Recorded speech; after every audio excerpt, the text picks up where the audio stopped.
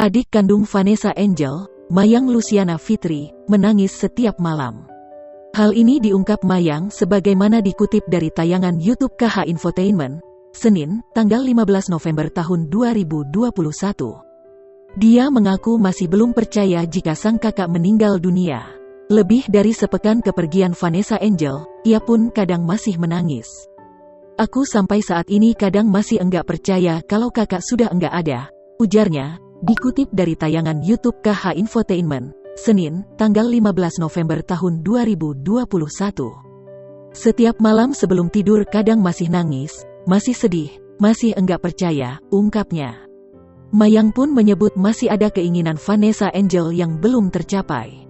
Ia mengatakan, keluarganya sempat berencana pergi ke Bali untuk merayakan ulang tahun Vanessa pada tanggal 21 Desember tahun 2021 mendatang. Namun, keinginan tersebut tak bisa terwujud karena kepergian Vanessa Angel pada Kamis, tanggal 4 November tahun 2021, lalu.